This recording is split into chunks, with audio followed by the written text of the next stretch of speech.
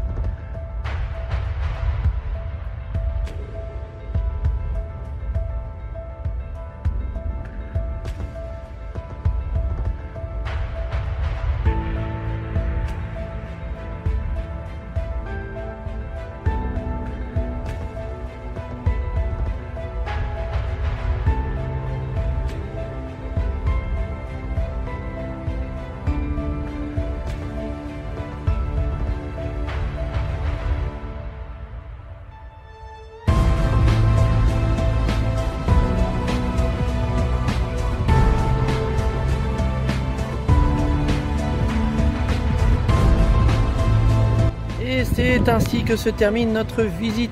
Alors si vous passez par La Rochelle, faites un petit crochet par le musée, musée maritime qui est au bout du port. C'est super intéressant.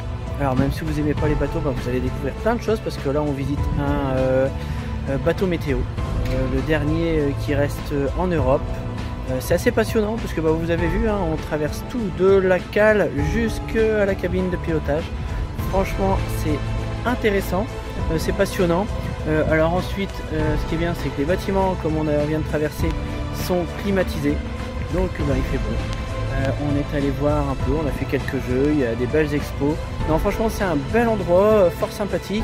Et puis bon, vous y passez quoi, 1h30 à 2h à peu près pour faire la visite du musée maritime. Voilà, c'est à La Rochelle, c'est au fond du port. Et puis si vous êtes dans le coin, allez-y faire un tour. Allez, nous on retourne faire des nouvelles aventures. Ciao ciao.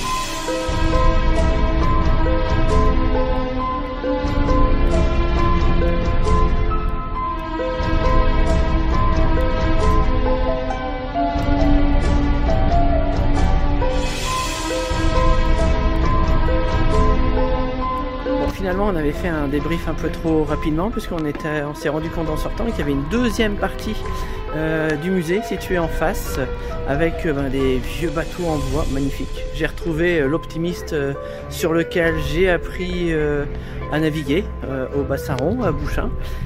Et puis il y a une superbe exposition sur Thalassa et sur Georges Pernoud. Franchement super, magnifique, très émouvant. Et puis on sent bien l'âme de l'homme qui a vraiment donné. Va-t'en encore plus loin, Cindy. On a perdu Cindy. Il y a l'eau, sinon là, si tu vas, c'est l'eau. Là, tu vois, voilà. Oui, voilà. Donc, non, franchement, une très très belle exposition. Vraiment, je disais, on ressent l'âme de Georges Pernoud qui a vraiment donné toute sa vie quasiment pour cette émission. Et puis, on retrouve l'âme de l'émission. Vraiment super. Belle exposition, c'est juste en face et c'est inclus dans le billet de visite du musée maritime. Allez, cette fois-ci c'est fini, c'est bon, on vous embête pas plus longtemps. Allez, ciao ciao.